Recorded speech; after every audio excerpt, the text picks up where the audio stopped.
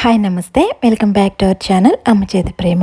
ఈరోజు మన ఛానల్లో అందరికీ ఎంతో ఫేవరెట్ అయిన చికెన్ కర్రీని ఎప్పుడూ చేసే విధంగా కాకుండా నేను చెప్పే ఈ పద్ధతిలో ఒకసారి ట్రై చేస్తే మొత్తం కర్రీ అంతా కూడా నిమిషాల్లో ఖాళీ అయిపోతుంది. ఈ రెసిపీ కోసం ముందుగా 5-6 టేబుల్ స్పూన్ల వరకు ఆయిల్ వేసుకోవాలి. నేను ఇక్కడ 1 కేజీ చికెన్తో ఈ రెసిపీ చూపిస్తున్నానండి. చెక్క, లవంగం, యాలకులు, సోంపు, జాజికాయలో చిన్న ముక్క, అలాగే జాజి పువ్వు, బిర్యానీ ఆకులు 2. ఈ మసాలాలన్నీ కూడా లైట్ గా ఫ్రై చేసుకుని పొడి చేసుకుని వేసుకోవచ్చు, లేదా ఇలా డైరెక్ట్ గా ఆయిల్లో కూడా వేపించుకోవచ్చు. ఇలా చేసినా కూడా టేస్ట్ ఒకలానే ఉంటుంది. చూడండి, ఇలా వేసుకున్న తర్వాత ఒక 2 నిమిషాలు లో ఫ్లేమ్ లో వీటిని బాగా వేపించుకోవాలి. ఇప్పుడు దీనిలోకి 3 మీడియం సైజు ఉల్లిపాయలను ఇక్కడ చూపిస్తున్నట్టు స్లైసెస్ కింద కట్ చేసుకుని వేసుకోవాలి. ఎప్పుడూ చేసేటట్టు చిన్న ముక్కలుగా కాకుండా ఇలా స్లైసెస్ కింద కట్ చేసుకుంటే అటు బిర్యానీలోకి చపాతీలోకి కూడా ఈ కర్రీ చాలా బాగుంటుందండి. ఆనియన్స్ బాగా వేగి ఇలా కొంచెం కలర్ చేంజ్ అయిన తర్వాత ఇప్పుడు 1.5 టీ స్పూన్ వరకు అల్లం వెల్లుల్లి పేస్ట్ అప్పుడే దంచుకున్నది వేసుకోవాలి. మనం వేసిన ఈ అల్లం వెల్లుల్లి పచ్చివాసన పోయేంత వరకు 2 నిమిషాల పాటు వేపించుకోవాలి. ఇలా పచ్చివాసన పోయి బాగా వేగిన తర్వాత ఇప్పుడైతే దీనిలోకి 2 మీడియం సైజ్ టమోటాలను ఈ విధంగా చిన్న ముక్కలుగా కట్ చేసి వేసుకోవాలి. అలాగే దీనిలోకి 2 లేదా 3 పచ్చిమిర్చిని మీరు తినే కారానికి తగ్గట్టు వేసుకోవాలి. చూడండి, ఇప్పుడు ఫ్లేమ్ అయితే మీడియంలో పెట్టుకుని ఈ టమాటాలు బాగా సాఫ్ట్గా అయ్యేంత వరకు కూడా ఇలా మధ్య మధ్యలో కలుపుతూ బాగా మగ్గించుకోవాలి.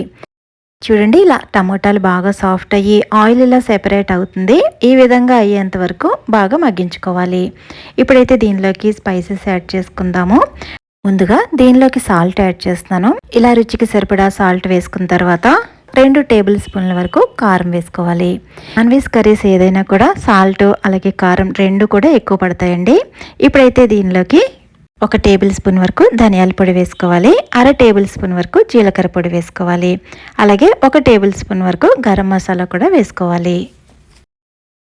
ఇప్పుడైతే ఫ్లేమ్ని లోలో ఉంచుకుని మనం వేసుకునే స్పైసెస్ అన్ని ఆయిల్లో 1 నిమిషం పాటు బాగా ఫ్రై అయ్యేటట్లు ఇలా కలుపుతూ వేపించుకోవాలి. చూడండి, ఇవి బాగా వేగి ఇలా ఆయిల్ సెపరేట్ అయిన తర్వాత 2-3 సార్లు శుభ్రంగా వాష్ చేసుకున్న చికెన్ ముక్కలను అయితే ఇప్పుడు దీంట్లో వేసుకోవాలి.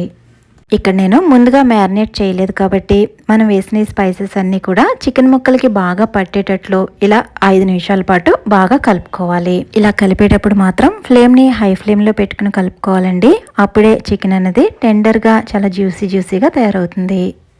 ఇప్పుడు ఫ్లేమ్ని లోలో ఉంచుకుని ఇలా మూత పెట్టి 6-7 నిమిషాల పాటు దీన్ని బాగా మగ్గనివ్వాలి. చూడండి, 6-7 నిమిషాల తర్వాత ముక్కల్లోంచి వచ్చిన వాటర్ అంతా కూడా బాగా ఎవాపరేట్ అయిపోయి ఇలా ఆయిల్ కూడా సెపరేట్ అవ్వడం స్టార్ట్ అవుతుంది. ఈ స్టేజ్లో ఇలా ఆయిల్ సెపరేట్ అయ్యాక ఇప్పుడైతే 1 గ్లాస్ వరకు వాటర్ యాడ్ చేసుకోవాలి.